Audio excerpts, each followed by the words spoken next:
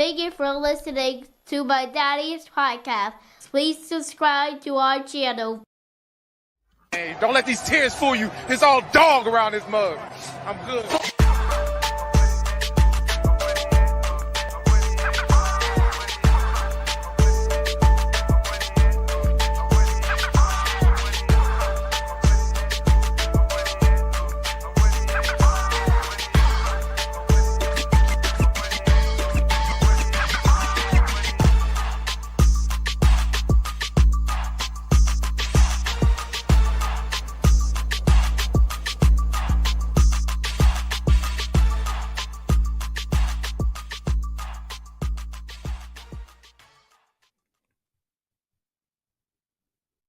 Hey, what's going on, Who Dat Nation? It is yours truly, Timothy J. Jones, and yes, I am the host of the State of the Saints podcast. Thank you so much for checking out the State of the Saints podcast, where we talk New Orleans Saints. I really do appreciate your time. Come on in, have a seat. Got a lot to discuss on this edition. Today is a good day, a day to turn the page, a day where you can possibly say that the culture has officially changed for the New Orleans Saints. And honestly, I just wanted to say, I just want everybody that is filing in right now, as you file in, to hit the like button, hit the subscribe button, let everybody know that you enjoy the State of the Saints podcast and all of its content. I've been doing a lot of thinking as people filing in. I don't know if a lot of people knew this or not, but I think a few days ago, I'll say about 2 or 3 days ago, I found out that somebody had infiltrated my YouTube channel. They were posting things and it wasn't me. And I had to change a lot of things around, man. I had to reset a lot of things. And that really did kind of affect me, when it comes to this channel. I really thought that I wasn't gonna have the channel anymore. Luckily, I was able to change some things around before the person can do some significant damage. But I wanted to just let everybody know, man, I appreciate everybody that that reached out when I mentioned that. I really do appreciate that. I mean, you work extremely hard to try to build something, build a brand, build a podcast, et cetera, man. It's not easy, and I've been doing this since 2018. I've produced over 1,600 episodes here on this channel, and it means a lot to me, man. I ain't a major platform. I'm not like one of the biggest YouTubers out there. I'm not one of the biggest Saints personalities out there, but I take a lot of pride in the channel, and the fact that it could have possibly been taken away just kind of, it just made me just put things into perspective, man. So I appreciate everybody, man, for their kind words. We got everything back under control, did some changes and everything like that. But I do appreciate everybody. I appreciate the support. And we're going to continue to do it, man. Hopefully, we can do it without those type of interruptions. But I don't know. I guess that's what happens when, you build something up. People just try to tear it down. But we're not going to let that stop us. And we're not going to let that stop us from talking a little bit about tonight's topic, or whenever you're watching this. We're going to be talking about Kellen Moore. Kellen Moore officially is the new head coach up in the New Orleans Saints, and he had his first press conference on Thursday. And he came in, he came in, man. It wasn't a bunch of pomp and circumstance or anything like that on his part. It wasn't like anything flashy or anything like that, man. The more I look at Kellen Moore, the more I start to like him, because I can kind of relate to his personality, man. People look at him like, oh man, this guy is the football genius. This guy really knows football and all that kind of stuff there. I'm not talking about that perspective, like how comparing myself to that, but it's just like he's so laid back about his personality. Nothing like It's not like like even the wardrobe that he chose. You know what I'm saying? Like it wasn't like, oh, he came up in that thing suited and booted. This man had on a black blazer, a black and white tie, looked like you can get that from any department store, and a pair of khakis that you could get from Walmart, man. And it's like it's so refreshing to see somebody, man, that just cares about X's and O's, man. You know, in a world today where we just love a show, like we love to see a show, we love to see somebody going up there making us laugh, and getting all these different sound bites. People were like, kind of, questioning like him at the press conference, the way that he talked and all that kind of stuff. Dude is not one of those, orators out there. Dude just love football, man. And I think that is what Saints fans needed to see, in my opinion. That's what I feel like needs to take place. Like all the rest of this flashy stuff that we feel like is important is not. The most important thing is to get a coach that loves football and cares about winning just as much as we want to see them win football games. I mean, he won me over, man, from the time he got off that plane. He got off the private plane, and his family. And I don't know what it is, man. Maybe it's the fact that I'm a dad, and the one thing that you just want. And I'm pretty sure for all my parents out there, the fathers out there that got sons, the one thing that you want is for your son to look at you as if you were their hero. And just watching his son, just enjoy the experience with him and seeing how people are just cheering for his dad. And you can just tell how proud he is of his dad. And he goes to the Pelicans game. I'm talking Kellen Moore, and they put him up on a jumbotron, and he just give you a little wave, nothing too crazy, but like, hey, hey everybody. But it's just his personality for me, man. And I just think that as long as some winning come with it, I don't think it matters. I like I said, I know people want the flash of pizzazz, but that's not necessary, man.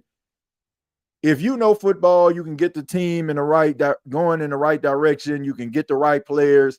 I think you'll be just fine. And like I said, he kind of won me over with his personality over the last couple of hours, because I was genuinely concerned about, how that could be perceived. And, the national media, I mean, a lot of questions about Kellen Moore as a leader has been coming out. I do have some questions when it comes to like adverse times, like how will he be able to deal with that? I still do. But I just think that people, for some apparent reason, just feel like a coach just has to have like a screw loose in order for them to be successful. But that's not going to win you football games, man. Sometimes you got to play chess and not checkers. And sometimes you need somebody that is a football savant to be able to help you get through these times. I think that, he's going to put this team in the right position to succeed. I mean, only time will tell, but, I like what I saw from Kellen Moore, man. I just think that his personality is what's needed. I think that, it's not about all that sizzle, man. As long as you come through with the results, I don't think anybody would actually care. We got some sound bites that I want you all to hear in just a few minutes, but I do want to mention the sponsor of the State of the Saints podcast, BetUS. BetUS has been the sponsor throughout the NFL season, the 2024 NFL season, and I'm very appreciative to them for that. Right now, you can get up to 150% sign-up bonus on your first deposit, and up to 125% on your second and third deposit, up to $2,000. If you go to BetUS, you can actually bet on the New Orleans Saints making a Super Bowl if you feeling a little risky, because they have the worst odds as of right now of making the Super Bowl, which is 15,000 plus 15,000 or something like that. Something really, really crazy. But all in all, you can choose to bet on that, as well as every sports every sports league, in NBA, NFL, MLB, etc., etc. So go to BetUS, use that promo code YouTube150. That's YouTube150. Let me go ahead and read some of your comments, and then I'll play these sound bites here.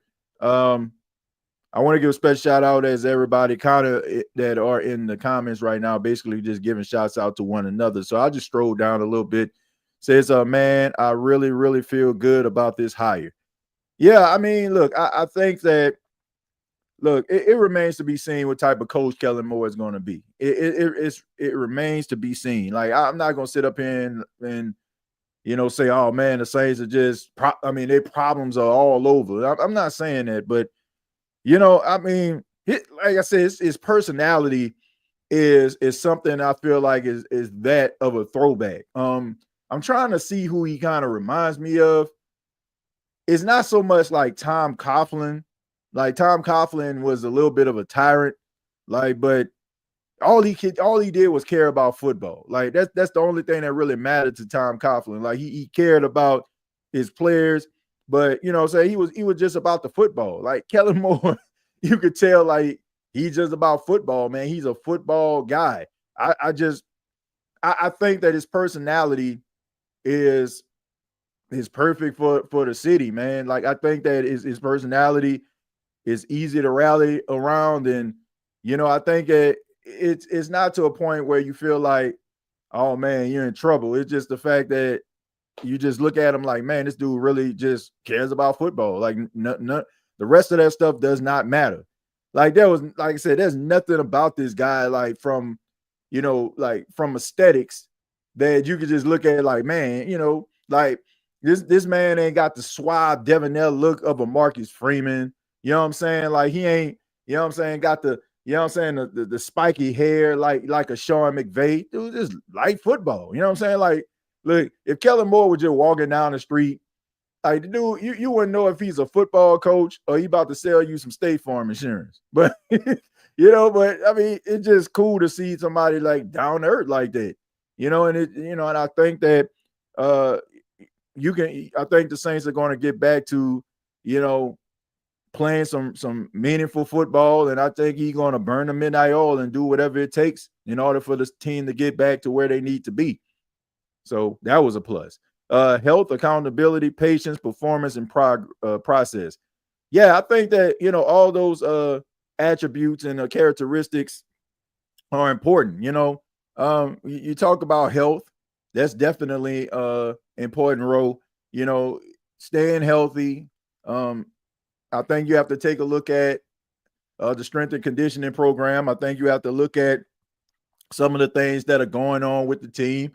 Like you definitely got to address that. I think analytics you got to pay attention to. And I think that that's probably a plus there. Having a coach that's young, he's at an age where you're more accepting of technology and some of the things that you can actually bring in to help players to be able to rehab better, to be able to monitor their overall health. There are a lot of things that you can use, from a technological standpoint in order to monitor guys to make sure that you're not overworking them, and I don't think that Dennis Allen really utilized those things because he doesn't strike me as a guy that really appreciates technology and some of the advantages that they can actually present to you. I think that, if you out there, okay, we're going to run everybody. It doesn't matter. But maybe this person ran a little bit more this week than that person did. You got to be able to be mindful of those type of things. But I'm not here to like just, poo-poo on Dennis Allen. That book, that book has been closed. That ship has sailed. I'm just looking at it from, a young guy that, probably would have more of an appreciation for technology. Some of those older ball coaches, all they know is, X's and O's, Willies and Joes, and, just having a strong mind frame. And that all that stuff is like important. But at the same time, you want to be able to take care of your players, man. These are your investments. Like you got to make sure that you're doing right by them. You got to make sure that you're taking care of them. And you also got to be able to protect them from themselves. Because if they're out there, man, they're going to run. They're going to give you everything that they have. They're just programmed to be that way. But you got to be able to take care of them and protect them from themselves sometimes. Josh says, I know how we can get rid of Carr, make Barb the quarterback's coach. Well, look, I definitely feel like that would be a plus. But I think we can stop right there. That'd be a good segue to the first soundbite that I have here. It was Kellen Moore talking to the media this afternoon. If you're watching this on a Thursday, he spoke to the media a little bit about Derek Carr. And I found it very interesting that he did mention Derek Carr, but he didn't really put emphasis on the fact of Derek Carr being the starting quarterback. And he also talked a little bit about Alvin Kamara. And I want you all to kind of see what the difference is in what he said. Check it out. I view it as Derek Carr is a tremendous starting quarterback in this league. We're fortunate to have him, and we're excited to go through this process, as we build this roster together. Again, I'm meeting these guys for the first time the last few days. Really excited to meet more of them, and this will be a lot of fun. Tons of respect for Alvin as a player. Obviously, one of the premier players in our league. His ability to play in the pass game and the run game, all the different versatile roles that he can play. A lot of people for a long time have been looking, how can we find an Alvin on our football team? And so that's been a really important piece. It'll continue to be a really important piece, and we're really fortunate to have him. So, as you can see, when he talked about Alvin Kamara, he said he's a really important piece and looking forward to basically utilizing him. But when it came to Derek Carr, he was like, he thinks that Derek Carr is the starting quarterback in the league, and he's looking forward to the process. So, on one hand, when you talk about Alvin Kamara, you see a commitment to Alvin Kamara being a part of the team. But on the other hand, you see Derek Carr, not so much. And look, I don't think a lot of Saints fans out here are singing swan songs for Derek Carr. I look, Derek Carr, good quarterback, not the worst quarterback I've ever seen in my life. And I'm pretty sure he's not the worst quarterback you ever seen in your life. But here's the thing. Derek Carr leaves a lot to be desired. And when you are trying to rebuild a football team, if you don't have a quarterback that can elevate everybody around him and make them better, what the heck are you doing? Like, you're just wasting everybody's time here. Look, Derek Carr will probably end up not being on the Saints team. Probably will go to another team, be a starter, and probably do well. Depends on the team that he actually goes to. And I'm not like sitting up here like if Derek Carr leads the New Orleans Saints want to see this man do bad. I just don't feel like it's a good fit. We all know what the New Orleans Saints need to do. No matter what podcast you're listening to, they pretty much saying the same stuff, right? Everybody knows that the Saints have to embrace the rebuild. Everybody used the R word except for the New Orleans Saints. Rebuild. Everybody knows that the New Orleans Saints are trying to rebuild. Everybody knows that the New Orleans Saints need to get the cap situation under control and be able to utilize some of these younger players as they come in and be able to filter out some of these older players. It is not a secret. Maybe to the Saints organization, the way they've been rolling, but not to the average Saint fan. And Derek Carr it's just not a good fit, man. Like, the Saints need more from their quarterback than what Derek Carr has given. And people around here grasping at straws talking about, well, Derek Carr did play well and he did play better than he did the first season. Look, if we sitting up here looking at an 11 or 12-year veteran quarterback and still analyzing him like we analyzing, I don't know, Caleb Williams or, Brock Purdy or something like that, then that's a problem to me. Like, we shouldn't be sitting up here talking about a quarterback elevating his play from average to, above average, especially him being in the league as long as he has. And, I just think that, and I mean this respectfully, like, no disrespect when I say this, but I feel like the narrative is individuals trying to convince Saints fans to believe in Derek Carr. Like, oh man, he plays service, so we play better. His numbers look really well. Look, numbers aren't going to tell you everything. Your completion percentage can be high. Your yards for the season can be high. Your touchdown to interception ratio could look decent. But if you watch the entire game, if you watch the game in meaningful moments, the moments where if you are on the field and you can sustain that drive and you can pull away from the opposition and you can't. And the offense is stagnant throughout 3 quarters. And then all of a sudden the 4th quarter comes and like you can score a touchdown or two, and that's supposed to basically just, make Saints fans believe, oh, you got the right guy. My thing is your completion percentage may indeed be high. You might have more touchdowns than interceptions, but what did you do in a game? What did you do that matter? Well, you're checking it down. What was that clutch play that you made? What was that audible that you made in order to put your wide receiver in a position to be wide open in the flat? What was that play that you actually audible to a run that Alvin Kamara or whatever running back hit his head on a goalpost? When you just start looking at numbers sometimes, I just feel like it doesn't tell you the whole story. I think numbers sometimes tries to pacify individuals that believe in certain people. Like I said, numbers don't always tell the entire story.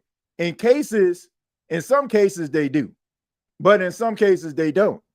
Like you can say what, like I'm trying to think of a quarterback. I'm trying to think of Jaden Daniels. Let's go with Jaden Daniels, right? Jaden Daniels had a high completion percentage, right? It mattered because when you watch Jaden Daniels, you see Jaden Daniels go out there in clutch situations, bring his team back.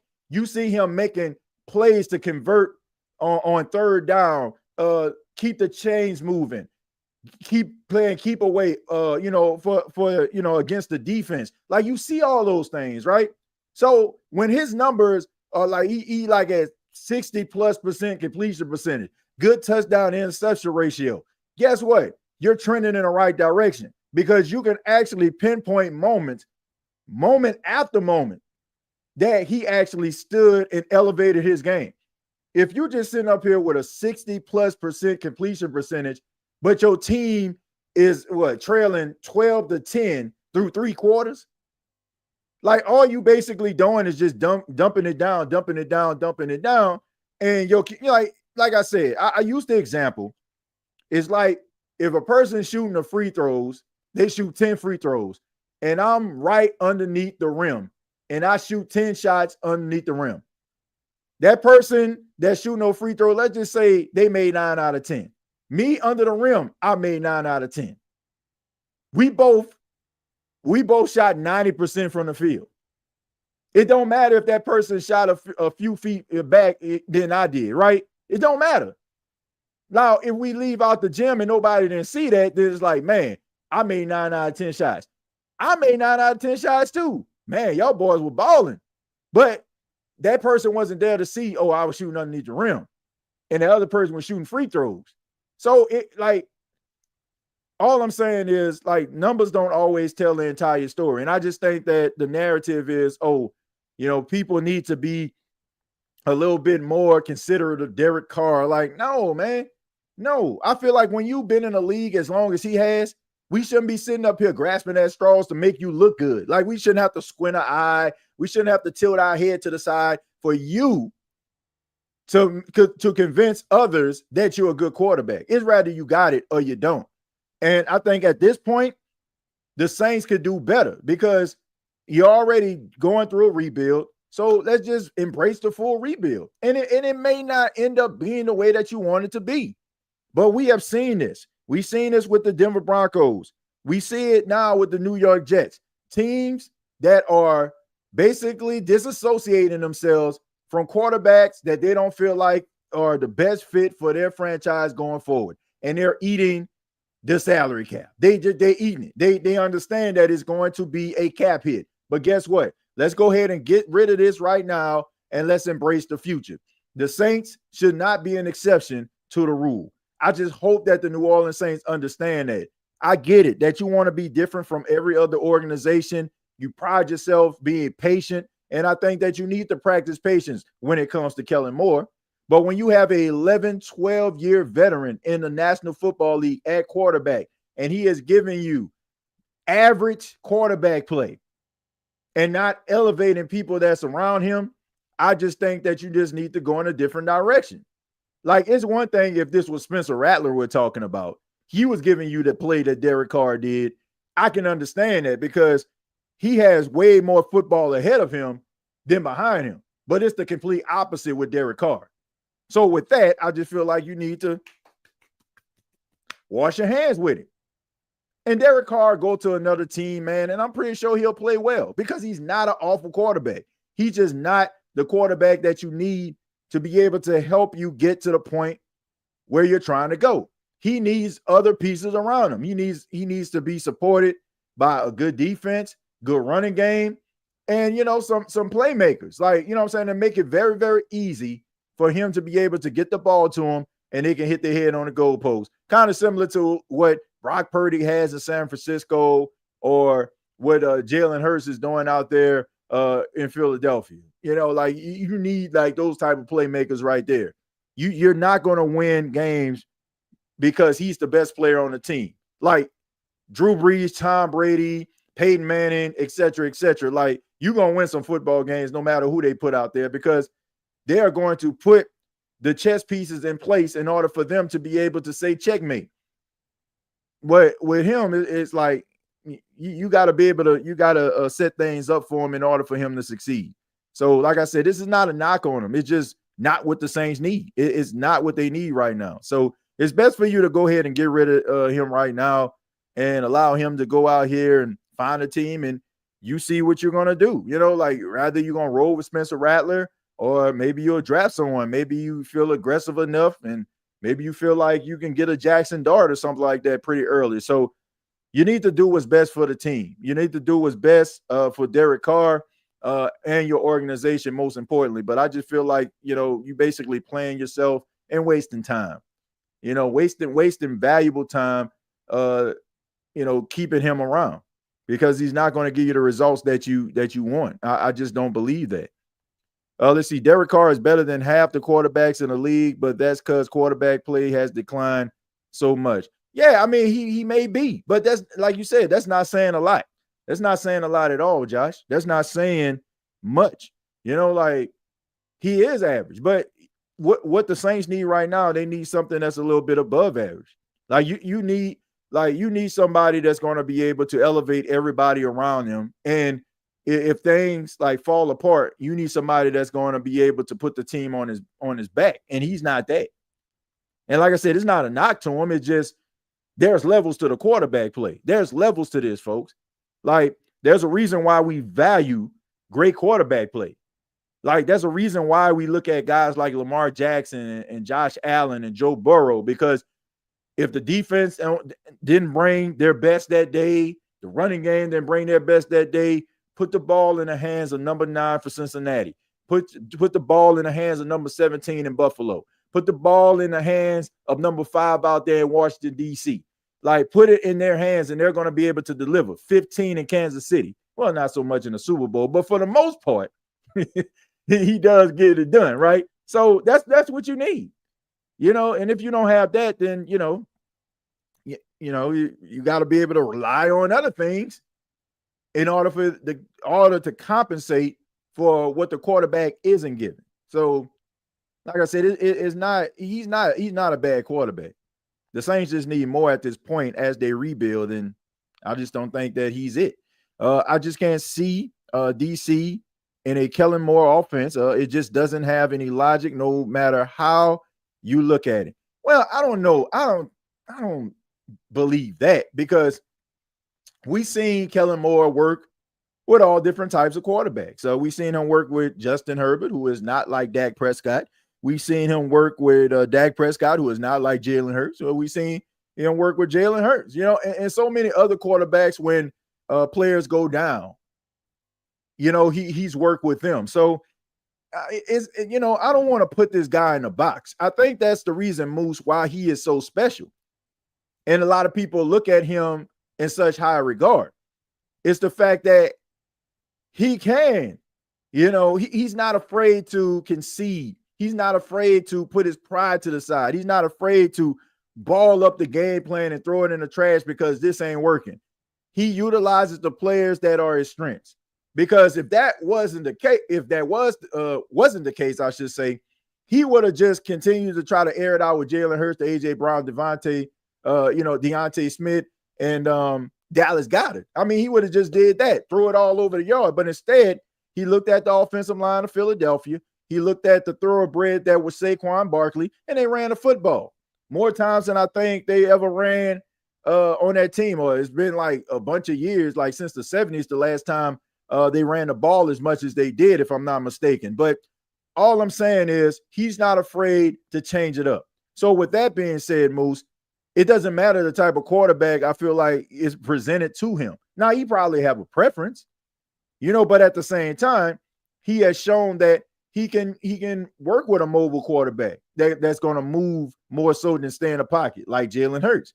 He worked with quarterbacks that can be able to move a little bit, but try to make plays from the pocket like Justin Herbert and Dak Prescott. So I don't want to put this guy in a box. And honestly, Moose, you shouldn't want to put him in a box. I'm not saying, I won't say that you're saying this, but for anybody that may feel like, oh, he has this certain particular offense that he runs, I don't look at it that way. I look at a guy that goes with what works, looks at his team, looks at what he has offensively, and said, okay, where are my strong players? Where are those players that's going to make an impact? Where are the impactful players? And he utilizes those players, and he builds his offense based on those players' attributes and skill set. So I'm not going to say that I'm not going to say that he can't find a place for Derek Carr. I'm not saying that. I think that he could if he wants to. My whole point is, why are you doing that? For a guy that's not going to give you the results that you seek. It's not going to be sustainable success. It's only going to be success for Derek Carr. And what I mean by that is, you're not going to be able to draft his successor. So he'll probably win you 8 or 9 games, but you're still on the outside looking at a postseason play. But you're so far back that all of the good quarterbacks that could have been top 5, top 3, etc., are going to be gone. So you're going to be looking around like, okay, what do we do now? Now we got to go into free agency and try to find another quarterback. What team probably gave up on him, and his confidence is probably, shot, and we got to build him back up again. So, like I said, it's best for you to do this now than to do it next year. Worst case scenario, you start Spencer Rattler and it just doesn't pan out. Nobody is looking at Kellen Moore in 2025 and saying, oh, if you don't take the Saints to the postseason, like, we gonna give up on you. You ain't nothing, you suck. Look, we all see what this team is, and I just think that anybody that's going out here trying to make it seem like the New Orleans Saints, if they don't make postseason play and don't win 10 games, oh man, Kellen Moore ain't this, ain't that, and third. You look at this team and you see the way that it's structured, and you see how some of these contracts are set up, and you still sitting up here as if, you don't see what's obviously right in front of your face. Like, I don't know what to tell you. So, like I said, roll with Rattler, see what he has. If he swims, guess what? You got yourself a future quarterback. If he sinks, then you pick it in the top 5, and you'll be able to finally get that successor along with Kellen Moore, where he can actually build the offense surrounding that quarterback. Or, I don't know, he could be this year. He could look into the draft and maybe get somebody, or, he might end up like bringing one of them quarterbacks that he had from Philadelphia. I mean, I don't know if those guys will work out, but all I'm saying is, like, just do something new. Like, if you want to bring Tanner McKee over from Philadelphia or something like that for a year, or, you want to get him to compete with Spencer Rattler, let the best man win. And whoever wins that competition, then guess what? Be the starter. And if none of them pan out, then guess what? Back into the draft you go in 2026, and you'll be able to draft that franchise quarterback. But I just feel like Derek Carr, this whole experience is just a waste of time. Ian Rappaport just said Carr may ask for a raise. He can ask for whatever he wants, but he ain't getting it. He can ask for whatever he wants, but he ain't getting it.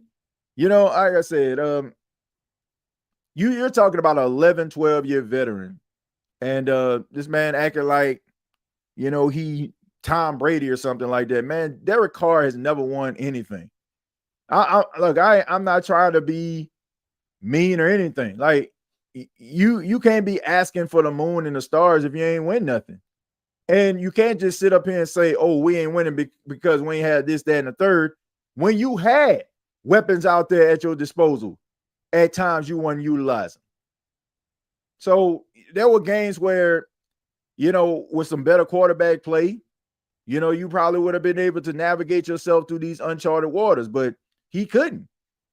Like there was games where you couldn't even tell if he was an 11, 12-year veteran. So, I mean, he can, like, this isn't one of those situations where the Saints need to act desperate. And maybe he feels like, oh, the Saints are desperate or something like that, but not that desperate. Not that desperate to be giving you a raise. Like, he hasn't done anything. He hasn't done anything for us to even consider thinking about him, in that regard. Like, it's not, I don't think the Saints are even, like, they wouldn't even acknowledge that. Like, I think they'll just probably laugh or something like that. If you're rebuilding and you're going to lose games anyway, might as well lose without losing a lot of money to a mediocre quarterback. Pretty much. That's my whole point. We don't expect playoffs, but again, I'd rather have a losing season seen with a rookie for over knowing what we got in Derek and still losing. Yeah, I that's the way I feel. I mean, it's a rebuild, man. It's a culture change. TJ, I just popped in. Did the Wrench gang get fired or something? Do you think Moore is going to move forward with Carr? No, King Arthur. Somebody hacked into my YouTube channel, and I had to reset some settings and stuff like that, man. So I apologize for that. But it's gonna be like this for a while. I'll put moderators back and stuff like that at a later date. But I'm just happy to get my page before some significant damage could have happened. Like, if I don't like, if this was one of those situations, if I probably wasn't like inside of the YouTube studio basically doing some refreshing and stuff like that, I probably wouldn't have never caught it. So that was just fortunate. It would just so happen I was just, in the YouTube studio and I saw it and I was like, man, that didn't make sense. That didn't make settings went right. And you know what I'm saying? Then all of a sudden my phone started pinging and all that kind of stuff as if somebody were trying to, like you just see, like when you get a YouTube password or something like that, they send it to your phone. It's like that. Like, it's like as if somebody knew I was in there. It was, yeah, I'm just fortunate, man. So I apologize, but yeah, man, y'all wouldn't have been looking at no videos of mine if I if I didn't go in that YouTube studio. I believe that. His staff will play a major role in the upcoming season. I hope he goes with Rattler. Let this season determine if you need that franchise quarterback in 2026. Yeah, I agree with that. I agree with that. That's the way I feel about it. Josh says, are you taking calls? Not tonight. I'm not taking any calls tonight. I'll take some on the next episode. Say I found a spot for that broken down car with the junkyard. That's where you take them cars, the scrap yard, one or the other. But Mickey Loomis spoke a little bit, talked a little bit about Kellen Moore and the decision behind bringing in Kellen Moore as the 19th head coach of the New Orleans Saints. Ultimately, we determined that Kellen's the best fit for our team, and his experience and success as a player, as a position coach, and as an offensive coordinator have prepared him well for this opportunity. And that was really evident in our interviews and our discussions. We've been meeting for the last 24 hours, and man, it's very easy to get excited about the direction that he and his staff are going to take our team. I just hope that Kellen Moore works out, because I would be seriously 100% honest with each and every one of you. I actually liked it when I didn't really hear from Mickey Loomis like that. Like, it's pretty obvious that Mickey Loomis is, just needs to stay far away from press conference and media, I guess like media sit downs as he possibly can. Like, I didn't play the part where he was like, we wanted to get this done sooner, but they kept winning. He was referring to the Philadelphia Eagles making a magical run to the Super Bowl. some more gaslighting, in my opinion. Man, look, I just wish that Mickey Loomis would not look at Saints fans like we're a bunch of morons. See what I'm saying? Like, I just wish like he would just appreciate that we're not morons. And what I mean by that is there is nobody on the face of God's green earth that believes that Kellen Moore was the New Orleans Saints' first choice. Like, God bless her, and I try to stay away from, criticizing Gail Benson because I don't feel like, I always say, I don't feel like she would be around football if she wasn't married. She didn't marry someone that owned a football team. But she even referred to him at one time, Kellen Moore, as Ellen Moore. Like, we know that this guy wasn't your first choice. We know it. Like, I know it. You know it. I mean, I ain't saying just go up there and be like, this was our third choice, but I'd rather you stay away from even making a statement like that because nobody believed this. Kellen Moore, if he works out, kind of just fell to you. It's almost like you need a date for the dance. Hey, would you like to go out with me? No. Hey, would you like to? No. Hey, look, there's this. No. I'll go to the dance with you. You would?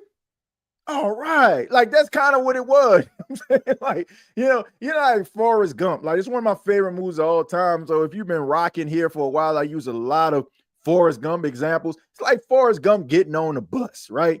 Forrest Gump stands up there. He got the braces on his leg, looks weird to all his classmates. And they're like, this seat's tight. It's tight. And then he hears this little soft voice in the background. You can sit here if you want. Yeah. And Jenny is right there. You know what I'm saying? And that's what this was. So to pretend like Kellen Moore was your first choice, I just feel like that's some more gaslighting.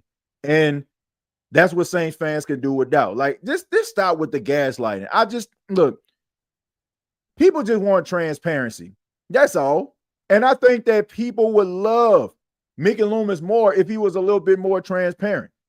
Like, we understand, like, you can't tell fans everything. We get it, right? You don't want to sit up there and tell them Olympus, is falling. Like, you don't want to tell them that. But at the same time, at least, like, I'm not even saying, like, even mention that. Like, don't say it at all.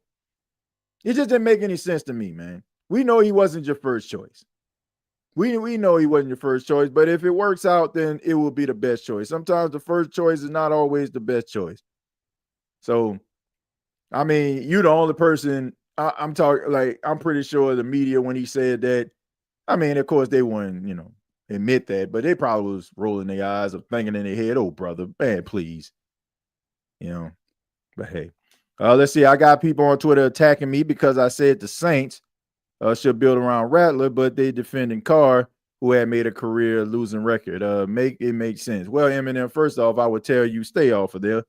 Like, like that, if you got a lot of Derek Carr supporters out there and they can't see the forest through the trees sometimes.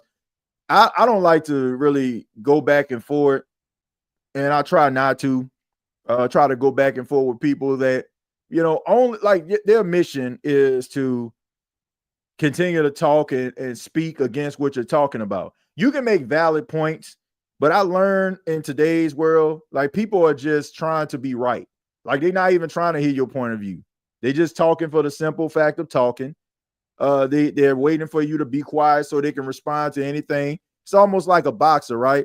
They hit you with a jab. Here I come trying to counterpunch you. So there's very little discourse in this world today, and I feel like it has a lot to do with social media, because when it comes down to like debate shows, rather it's sports or political, everybody is basically just talking to win the debate, not talking to get better, not talking to get a clear understanding, none of that. So I just say stay away from that type of stuff. Look, we all know what Derek Carr is as a quarterback. People can pretend that Derek Carr is one particular way if they want to. That's cool. That's fine. But we all know the truth. How many playoff appearances has he had? How many playoff wins has he had? Jaden Daniels has only been in the NFL for a cup of coffee, and he has more playoff wins than Derek Carr. So all I'm saying is, like, we know what the truth. And all of these quarterbacks that come in and make impacts for their team, they don't come to ideal situations. The Washington Commanders were one of the worst teams in football in 2023. They were. They were one of the worst teams in football. But number 5, this skinny kid from LSU comes along and just turns their team around. They didn't have the best defense in the world. They did not. But he elevated the team. He made the team better. That's what good quarterbacks do. So we can pretend and be like, well, if he had this, that, and the third, he is not that good, man. Good quarterback, serviceable quarterback, but to sit up here and act like, oh, if he had this and that, like if we talk about if he had this and that, he's not what you say he is. When they say you need this and that, guess what? You're average quarterback. Like every quarterback that I've seen that is elite, teams be winning games like despite them having a good defense or a bad defense. Good offense, bad offense. They still find a way to win. How do I know? You root for a team that for years had a quarterback that would throw for 400 yards and 5 touchdowns, and defense couldn't stop a nosebleed, couldn't stop traffic with a stop sign, couldn't stop a cab in New York City. But I guarantee you, them numbers look right. I guarantee you, the team made the postseason more times than not, even when they didn't have a good defense, because that's what elite quarterbacks do. There's levels to this. It's okay to not be the creme de la creme. You don't have to be the creme de la creme and be a serviceable quarterback in the National Football League. But I don't feel like you have to be delusional in a process. Like, call it for what it is. Like, call it for what it is, man. Like, don't pretend like, oh man, he good, man. Look, man, I'm telling you, man, he a step away from being elite. No, he not. No, he not.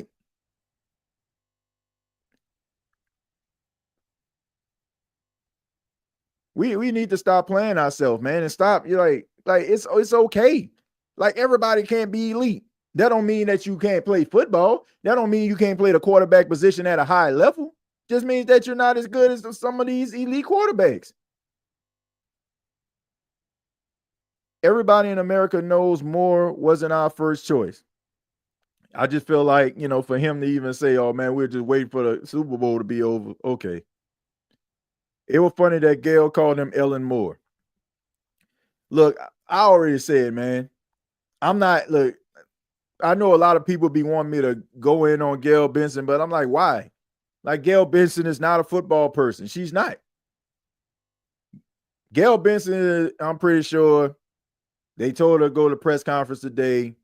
Okay, Ms. Benson, the PR people got the script written out for her to read. Like, man, she don't, like, come on, man. The last point that she made before she passed it off to Mickey Loomis, I mean, it basically just speaks to who Gail Benson is. She was like, anything that you need to turn this team into a contender, that's what I give to you. I'm paraphrasing it. That's what she is.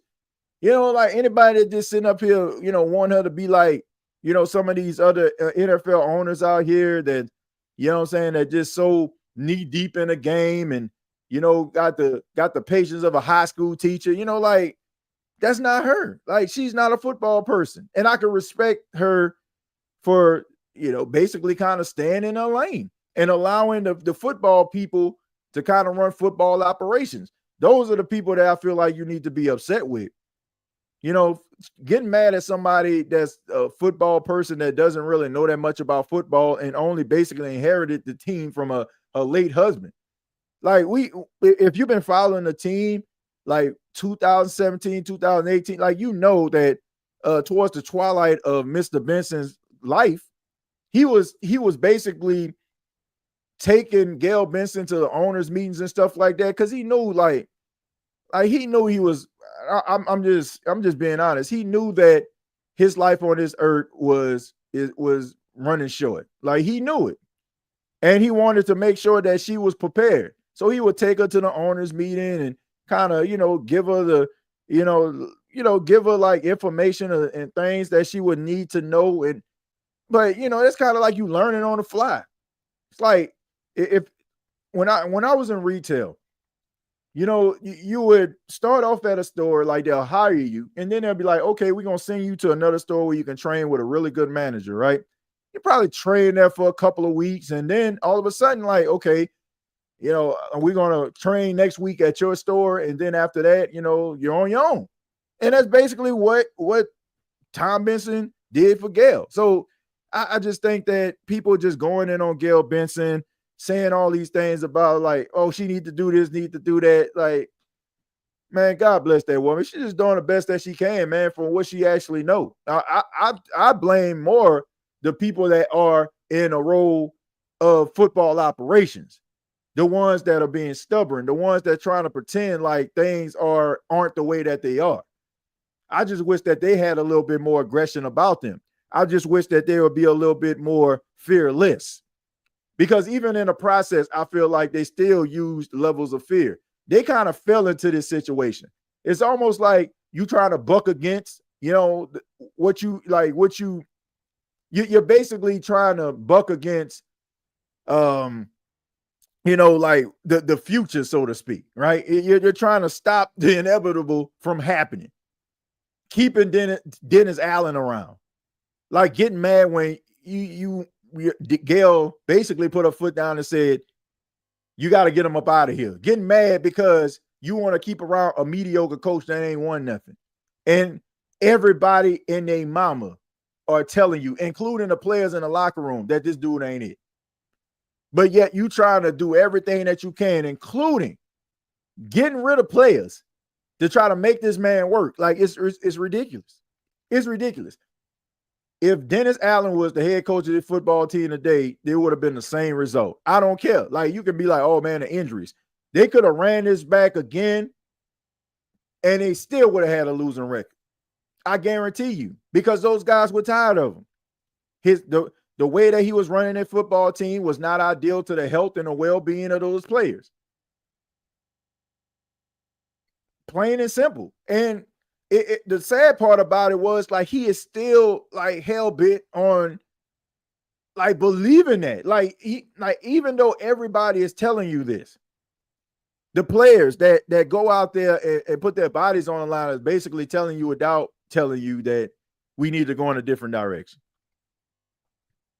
I don't know what to tell you. Like, those are the type of people that you need to be upset with. Not Gail Benson, someone that basically is just a figurehead. She is. She's a figurehead. She owns the football team. And like I said, if she wasn't married to Tom Benson, she didn't marry him and then inherit this team, Gail Benson would not be around football. I do not believe that at all. I do not believe that Gail Benson would be like in the stands saying who that said they're going to beat them Saints if she was Gail Miller, Gail Turner, like Gail Boudreaux. You know what I'm saying? Like, no, she would not be out there. So it's hard for me to like criticize Mrs. B. It's hard for me to do it because I just know like she wouldn't be here. She wouldn't be here if she didn't inherit this football team. I respect Gail for letting her front office handle football stuff, because last thing we want is a damn Jerry Jones. Yeah. I mean, it's with any business, man.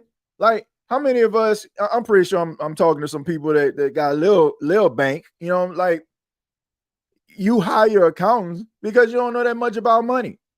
If you're in trouble, you hire a lawyer because you don't know nothing about law. You ain't about to walk into a courtroom try to defend yourself. Lad, like the only thing you know about law is that social studies book that you had in 7th grade. Like you hire people to do things that you cannot do, to handle problems that you cannot handle. I'm not gonna get mad at her for that.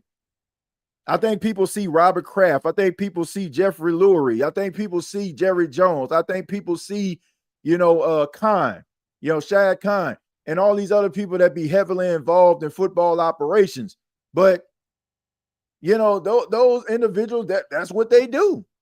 And everybody expects for their owner to look like that, but that ain't the case. Walk up and what do you want? David Tepper? Who left these Snickers on my desk? It was your secretary. You're fired. That what you want?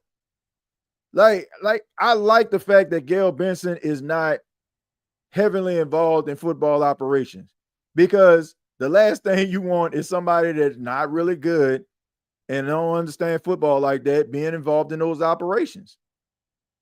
So you may not feel it, but it's honestly a blessing in disguise. What you need is those people that are up top to be able to get the point, get the picture. And hopefully, like I said, they can go back to kind of just being those figureheads that they were for the last 15 or 16 years, because they had a head coach that was able to run operations, to do certain things, and, be able to, run the organization and make them, look like they know what they were doing. And, every now and then you'll hear a press conference from them, but you're like, oh man, Mickey Loomis spoke to the media. Okay.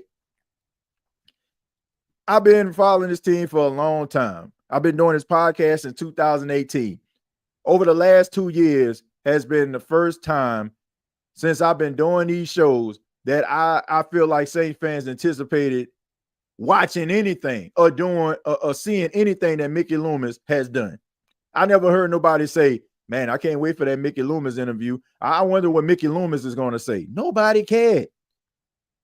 Go back and look at the archives when Sean Payton and Drew Brees was still around. He always spoke at the end of the season.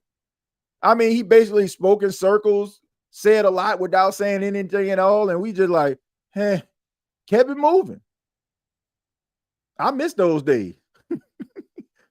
I miss those days when I didn't care about what Mickey Loomis had to say. So hopefully Kellen Moore can get us back to those moments. TJ, these fans valuing players on their own team roster is music to these owners and GM ears. Complacency amongst a fan base leads to job security and lack of urgency in the front office. Man, you ain't lying about that. Getting mad at the players, not really paying attention to the actual individuals, that are responsible. Like, you can talk about, some of these players, aging out and, being a little bit, I guess like a second too slow and instincts ain't what they used to be. You can talk about all those things, but you need to ask the question, why? Why are these players still around? It's because the front office allowed these players to be around, right? And then at the same time, like, the coach may not be the best for the team. The assistant coach in some cases may not be best for the team. We don't pay attention to those things. Like, we will sit up here and get mad at Michael Thomas for speaking out about bad practices or whatever like that. And by bad practice, I mean like things that's getting players hurt, not paying attention to the analytics, running players into the ground, all these different soft tissue injuries that you hear Nick Underhill and so many other podcasters talk about, like just pure negligence. And then we'll get up here and go and talk about how Michael Thomas is a diva and he's a cancer to the locker room. It's easy for us to sit up here and just criticize guys and say those things, right? But when they get proven to be right, we never circle back around and say, you know what, he was right about this. We just act as if it didn't exist. On to the next. And then when the next player do something, oh, it's his fault. Organizations fail players all the time, folks. The problem is the organizations hold all the power. And sometimes we don't want to look at the organizations because it makes us question the teams that we love. And we wonder to ourselves, what are we, who is our allegiance to? Is it to a player that's only going to be around maybe 5 to 10 years?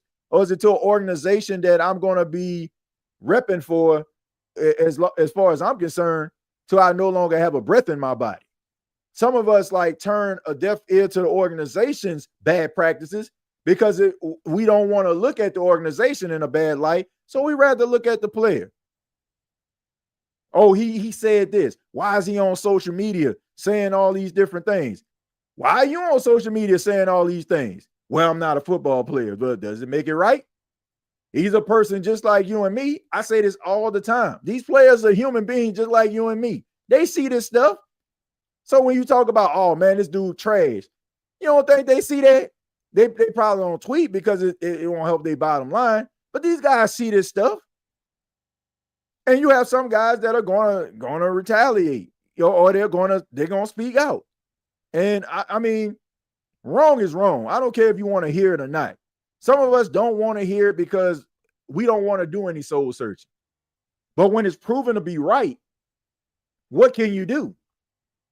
I mean, very, very few apologies take place on social media. A lot of annihilation, but not a lot of congratulations. When somebody proved to be right about something, but we've been spending our entire time trying to convince people that they're wrong. You rarely see people circle back around and be like, you know what, you was right. This person was right. Nobody really be saying that stuff. It's like, well, he still was this. To try to, throw a kick to the shin in. All I'm saying is we do not look at the organizations the way that we should sometimes. We don't. Organizations fail players all the time. If a player has the potential to be great, sometimes they go into situations that don't help them elevate themselves to the potential that a lot of people see that they had. But we never sit back and be like, man, that organization failed that player. We never do. And the confidence of the player is so shot because they hear all this negativity from social media and bad, and columns that have been written about them. And it's hard for you to bounce back to that, man. It's hard for you to bounce back from that. Excuse me. So I don't know, man. You can still love the organization. You can still respect the organization, but you can also be real about the organization too. That don't mean that you disloyal because you're telling the truth. Bro, we are the 15 youngest team. We got to stop the oldest team in the league narrative. Well, look, it's not about the oldest team in the league. I guess they're saying players of they have a significant impact on the team or play a huge role. They're the oldest players on the team. And look, what are those young players doing, Shazam? Is the question also. Like, you can have, these players that are young can't beat out the older players. So ask yourself that. Ask yourself that question. Why can't the young players beat out the older players? And then on top of that, why are we keeping these older players around as long? It's because you can't afford to let them go. So doesn't that seem like an organizational issue? It's rather you're not drafting the right players, which we know Jeff Ireland has been drafting the right players because they go to other places and they ball the hell out.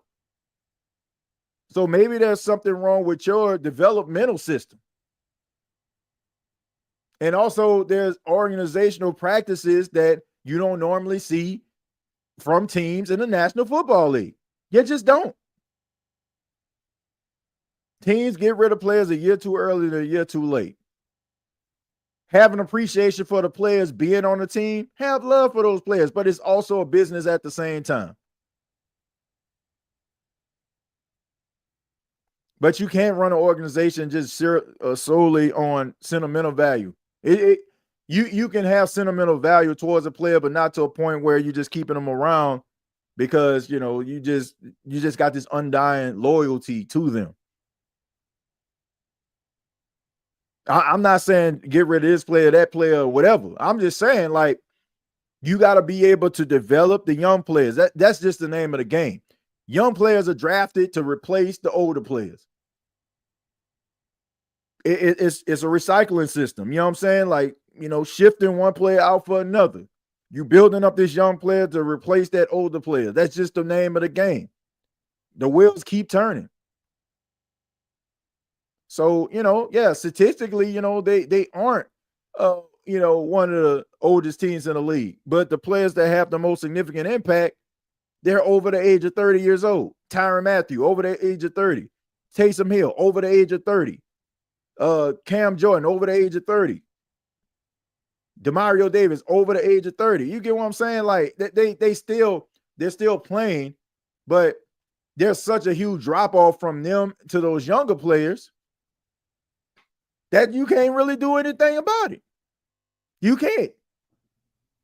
Because those older players basically are so much better than these younger players. And it's sad because you should see, like, let's just say, for example, Pete Warner, right? Pete Warner, I don't know how many years he been in the league? About 5 years, I guess, right? 5th season. Let's just say, for example, the Saints draft another linebacker. Now, they draft a linebacker, let's just say in the 2nd round. I'm just using this as an example. Pete Warner should be better than that rookie, unless he like Abdul Carter or something like that, like a freakish athlete that's get picked in the top 5.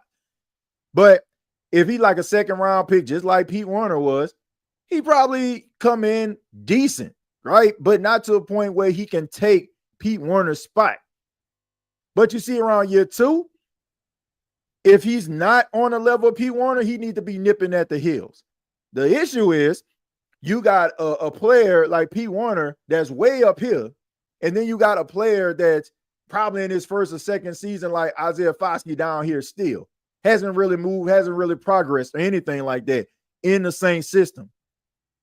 That is a problem. It's a problem because it's going to affect you down the line because somebody has to pick up the slack of Isaiah Foskey. If he's not doing it, then guess what? Now you got to exhaust some spending by going into free agency and drafting a guy. And signing a guy that can give you more value than Isaiah Foskey could. So now you're spending more money. So it's like you're basically exhausting your cap because you're not developing players the right way. So hopefully Kellen Moore can come in with his coaching staff and be able to develop these players. And they're working on it right now. He's trying to get his coaching staff together. They have some guys that they're going to bring in for interviews. I know that they're looking for a defensive coordinator. I feel like this kind of is tongue in cheek, in my opinion, right now. As far as, getting a defensive coordinator and doing the interview, I just feel like Brandon Staley. I feel like Brandon Staley is probably going to be, the defensive coordinator, but they got to do their due diligence and act like they search far and wide for them to, turn a corner or whatever like that. But the first person that they said that they're going to interview for the defensive coordinator position is Durante Jones, who is with the Minnesota Vikings, but he spent some time at LSU as well. I remember he coached in the Senior Bowl, and fiery guy, passionate guy, and when you're on Brian Flores' staff, and we know how good the Minnesota Vikings defense was, I wouldn't, I would want to look that way too, right? You just want to be able to give the Saints something different. You want to play faster. You want to be able to get guys that can develop players. You want to get a coach that can light some fire under these guys. And, like I said, Durante Jones, he's a guy that can actually do that, and he's a good teacher. I spent some time this afternoon really just kind of checking out some of his interviews, getting to know him a little bit better. And it just seems like he's a guy that has a lot of fire, a lot of passion, but also, wants to teach these guys how to be better pros. He says, there's no such thing as a bad student, just a bad teacher. It's the way that you teach these players how to play the game of football. So I don't know if this is going to be the Saints defensive coordinator or not, but pulling from Brian Flores' coaching tree defensively is not a bad thing at all. I think that would be a good place to start, even though I just feel like it's just basically, just kind of just going through the process before you hire Brandon Staley. I think everybody believes that Brandon Staley more than likely is going to come along with Doug Nussmeier, someone that's been with Kellen Moore throughout the years. So that, it's probably going to be some of those guys. Nussmeier probably going to end up being his offensive coordinator. We know that, Doug Nussmeier is the father of LSU quarterback Garrett Nussmeier. So that would probably be an incentive that he can be in Louisiana, even though I think they stay in Louisiana. I think they got a house in Louisiana, but the fact that he's that close to his son and probably on the, bye week, he can actually go drive an hour and 30 minutes up there to Baton Rouge to see his son play. So I think that's a plus for him to be able to see his son or be close to him as his son finishes his final season at LSU. I'm going to read a few more, and then we're going to go ahead and get up out of here, folks. Says, TJ, what's your honest thoughts on our record this coming season? You know what, Cartel? I don't know. And, and I'm not trying to be facetious when I say this, bruh. I don't care. I don't care. I just want to see this team build towards the future. I want to see some things that are impactful. Like Cartel right now, I'm looking at the draft. I'm looking at the draft, them drafting players, and I'm looking at those drafted players being installed into the same system under Kellen Moore, and hopefully we see some flashes. If you go with a Spencer Rattler, is he better than he was last year? The running game, will it be better than it was last year? The Saints did sign Clyde Edwards-Helaire to a 1-year contract, so congratulations to him. And I think that this is necessary for Clyde Edwards-Helaire, being close to home, LSU guy, so he's just an instant fan favorite. Everybody knows what Clyde did at LSU. And I just think that him being a part of this organization, the organization he grew up cheering for, is an incentive for him, and it definitely will help him and affect his mental health overall. We know that he has dealt with some issues, due to a tragic event that took place while he was in college. So I think that this is a plus. I think Clyde Edwards-Helaire is a really good 1-2 punch with Alvin Kamara.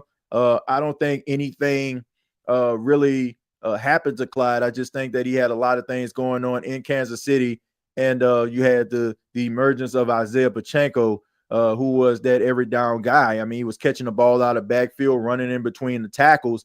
So it just kind of made Clyde a little bit of a casualty. But I think that he can be a good complementary back with Alvin. He's young. I think that he can carry the load as he develops into the Saints system. I think that the Saints also need to fix that offensive line so they can be able to utilize the run game a little bit more. So I don't know what their record is going to be, Cartel. I really don't. Honestly, at this point, I don't look at the Saints as a playoff team, but I just want to see them as a feisty, tough, competitive football team, and they'll be good enough for me. Say, TJ, it takes you an hour and a half to get to Baton Rouge from New Orleans. I said hour and 30 minutes. Hour and 30 minutes. Hour and 30 minutes. Take about an hour and 30 minutes to get there. If I said an hour and hour and 30 minutes, hour and 50 minutes, depends on how fast you're driving. If you maybe you're a speed demon, Doc. You know what I'm saying? So you get across Lake Pontchartrain in about 15 minutes. Hey man, they got them speed. Hey, they got them speed the speedometers on that highway, man. I remember staying in Mississippi, going down 55, and like when you go through Hammond, you get on that bridge, right? And the bridge, is on Lake Pontchartrain, and it's two sides, right? And you just speeding, and you can see what's in front of you. But as soon as you get to LaPlace, man, right down the side, got the police waiting for you. Y'all can speed across there from going to Hammond, New Orleans if you want to. They be waiting right there at that LaPlace exit, waiting for you so they can pull you over. But nah, man, look. for those that are not speed demons like Doc, you know what I'm saying? It takes you about an hour and 30. You know what I'm saying? Hour and 30 minutes. Let's see. I would mind one of the free agent O-line from the Eagles. They have two. That's free agency. Yeah, but I mean, they probably gonna sign them dudes back. Am I tripping? And wouldn't Breeze be a good hire for quarterbacks coach? Would be good for morale for the players also. Chad, would it be? Like, would it be? And I'm not saying like because Drew Brees would be a terrible coach, but who on that team played with Drew Brees on the offensive side of football? Cesar Ruiz, Eric McCoy, Alvin. That's it, right? Am I missing anybody? Juwan Johnson, I guess, right? I mean, not too many guys on that offensive side of football really like played with Drew. I guess you could look at it from like a legendary standpoint. Like he's a legend. Like, okay, they'll want to play with him, but man, a lot of those players, man, they didn't play with Drew Brees, So I guess from a legendary standpoint, the fact that he has been with the organization, he's the greatest New Orleans Saint of all time. Yeah, for that, but I don't know, man. They see Drew come around. A lot of those guys just, they don't know Drew when he was playing. So they said Ram, AK, and McCoy said, yeah, I mean, Ramchek, he pretty much retired. AK, McCoy, Caesar, and Juwan Johnson, I think. I think that's like the only ones on the offensive side of football that remember playing with Drew Brees. Chris Olave has never played with Drew Brees. Rashid Shaheed never played with Drew Brees. Bud Means never played. Foster Monroe never played with him. Tallahassee Fuaga, Trevor Penning, like none of them. But I get what you're saying, but I don't know.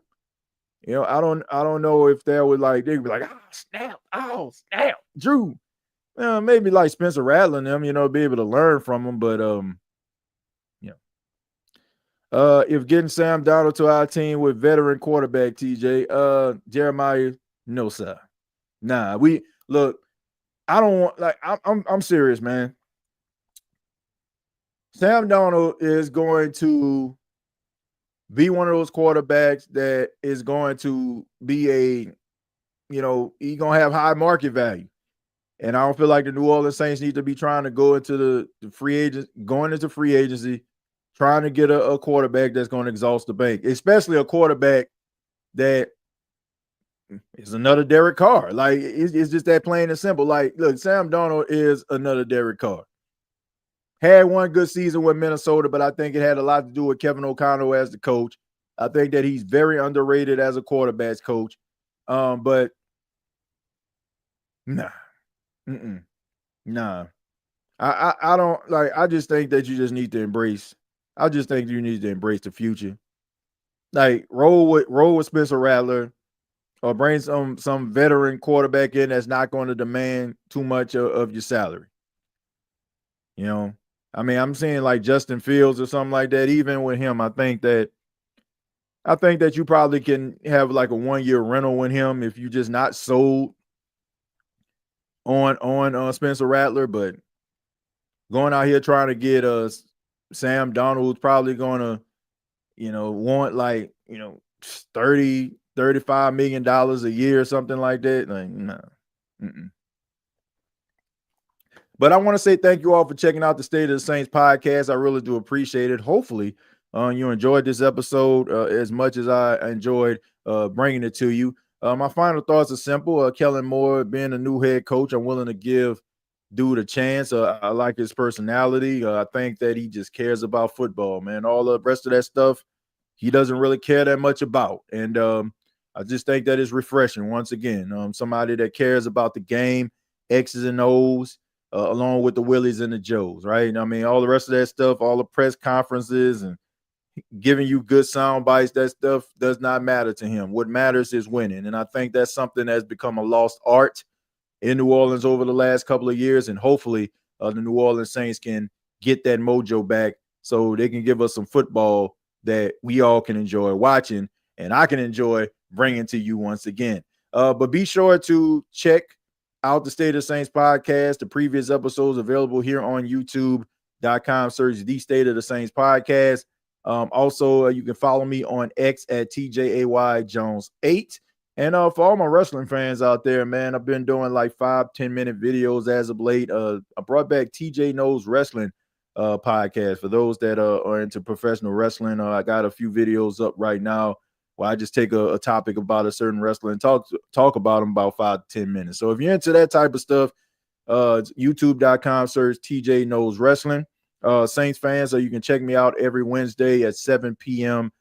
Eastern. Saints Talk with Timothy J. Jones on Bleacher Report. And on Tuesday nights, NFC South Roundtable, along with my guys Smitty, Clay, and James, all representatives of NFC South teams. James, Tampa Bay Buccaneers, Clay with the Carolina Panthers, and my guy Smitty, unfortunately making bad choices as the representative of the Atlanta Falcons, and I represent the New Orleans Saints. But we have a lot of fun over there, man. Those are my guys, man. The chemistry is great, and I enjoy doing that show with them over there in the NFC South Roundtable. Shouts out to Roundtable Sports, man, doing big things. Was at the Super Bowl, at the Senior Bowl, going to be at the NFL Combine. So I'm excited about the direction that Roundtable Sports is going in, and I'm just glad to be a part of it. And I'm happy to announce as well that the State of Saints podcast has reached a deal with the Believe Network. The State of Saints podcast audio will be available on Believe coming soon. So I'll keep you all posted on that. So for those that can't check it out on YouTube, you'll be able to go to Believe website, the Believe Network website, and you'll be able to check out episodes of the State of the Saints podcast. So got a lot going on, man. Got some guests coming next week. Got some things lined up. Already confirmed that Ross Jackson will be on the show next week. My guy Ross will be talking to us about the Saints, and I'm working to try to get Matthew Paris on the show, one of the Saints beat writers. We talked a couple weeks ago. We're just trying to find a date and a time where we can actually get that thing going. So going to get back to doing interviews and bringing some guests, some very credible guests, ones that you love and admire and respect here on the State of the Saints podcast, to put a little bit more clarity on some of the things that are going on pertaining to your favorite team, the New Orleans Saints. Till next time, hit that like button, and all I got to say is, who dat? Thank you for listening to my daddy's podcast. Please subscribe to our channel. Hey, don't let these tears fool you. It's all dog around this mug. I'm good.